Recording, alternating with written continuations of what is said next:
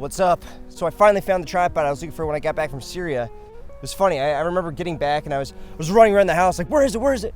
I need to expose my commander. And eventually I just stacked, I think it was a pocket encyclopedia and some book about American insects and let loose. Anyway, I'm actually at the same park I used to train when I was getting ready to go to the YPG, and it got me feeling all sentimental and shit. So I decided I was gonna make a video about sort of the life lessons you learn along the way, first 5 years of your adult life if you take the path I did. I'm gonna share them today and hopefully you get something from it. First things first. Now drop your pants. Be comfortable. I remember when I was getting ready for the Marine Corps, I'd go into conditions like this and I'd run around in a t-shirt trying to get ready for the cold that I'm gonna endure in the Marine Corps. Did it help? No. You know what did help? Eating. The reason I brought this belt out is because this is the one that I brought to Syria. And when I got there, I was actually using the second or third hole, but by the time I left, I had to drill a new hole, which is right here. It's like 6-7 inches. Why? What you're gonna face when you get there is starvation. It's gonna be stuff that you can't replicate here in the civilian sector. So enjoy the comforts you have. There's no need to get ready beforehand mentally like that. Like, take the hot showers, put on the air conditioning, do whatever you want. Just enjoy the freedoms, but don't take it for granted. Just fell in a shit creek. That's what you're gonna wish when you're out training in the Marine Corps. You're out on deployment. Is I wish I hadn't taken that for granted. So don't take it.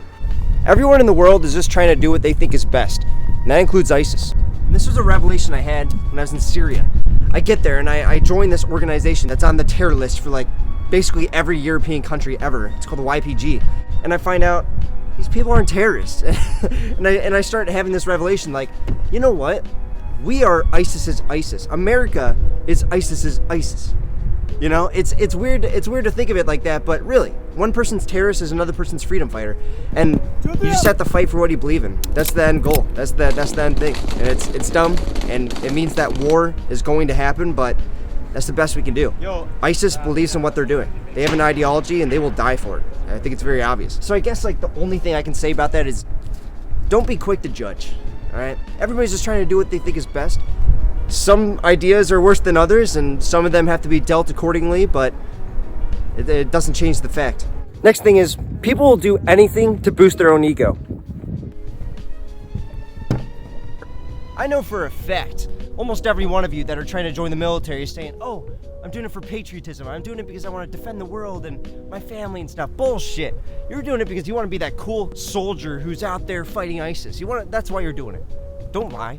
But also understand that everything you do has a little bit of selfishness involved. All right, I'm getting off this thing. So don't beat yourself up about it. Like, everything you do in life has a little bit of self-interest. It doesn't matter what it is. You name it, part of the reason is because you're trying to get a girl, or part of the reason is because you're trying to prove something to people. That's how it goes. That's human. Don't be mad about that, but also try and contain it. I didn't go to Syria just because I wanted to defend the revolution and kill ISIS. Yeah, sure, I hate ISIS, but I went there because I wanted to be that cool guy. And, that was probably like 50%. Contain it. Try and contain it. If you don't, then you can end up in a bad organization like ISIS and be fighting for something you don't believe in just because you want to be a cool, combat experienced guy. There are people out there who did that, and they're in the grave. One of the most important things is be ready for change. You remember those times in middle school when you're asked, where are you going to be in 10 years? And you have to answer, oh, I'm going to have this occupation in this state with this many children with this kind of wife, and it's not realistic. In the last 5 years, my life has changed. I basically learned that if you make a plan that's more than 6 months, forget about it. It's not going to turn out the way you think it is. And that's okay. I mean, for myself, I thought I was going to go into the Marine Corps, be in for 4 years, get out, become a police officer, move out west, and have a family and kids. Well, that didn't turn out the way I thought it would be. I go into the Marine Corps, after only 2 years, I get out with a bunch of disabilities and stuff. I try college, I try retail, and then I'm just not able to adapt, so I go to Syria to fight ISIS with some random militia that nobody's heard of called the YPG. I get out after 7 months, and now I'm building a van to live in. That's my life in the last 5 years. Maybe I'm just insane. That could totally be the case. But if there's anything I learned, don't make a plan more than 6 months. And if you do, be ready to adapt. The best decisions I've ever had in my life are the ones that people call stupid. If you've been on my channel for any amount of time, you know I've made some pretty questionable decisions, but I don't regret any of them. A lot of them are stupid. Like, I went to the Marine Corps Infantry. I had no business being there. I'm 5'4". I was 120 pounds when I graduated boot camp. Like, I was nothing.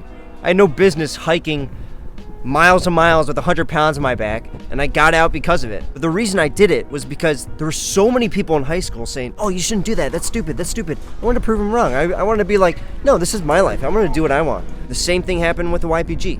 Why are you doing that? Why are you doing that? Because I am. And now van life, and this is the first time in my life where people have been like, that's just Corey being Corey. What is this? Why is there a helicopter?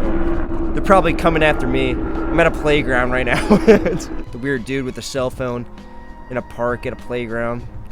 But van life, I am so excited to start this new journey.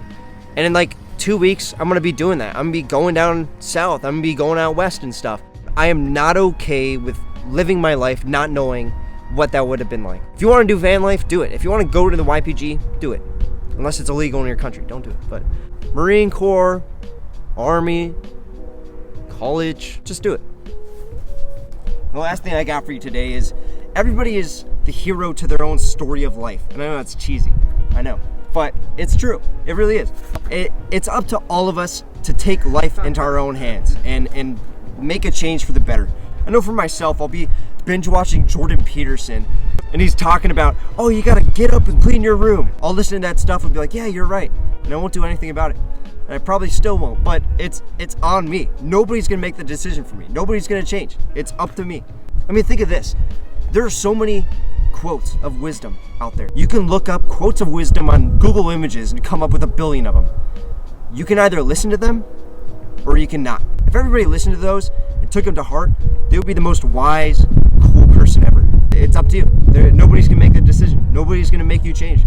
And it's not easy, but it's on you. So anyway, that's all I have today. Kind of a different video. Hopefully you enjoyed it. If you did, leave a like. If you didn't, a dislike. Subscribe if you haven't already. That'd be cool. And I'll talk to you guys in the next one. Peace.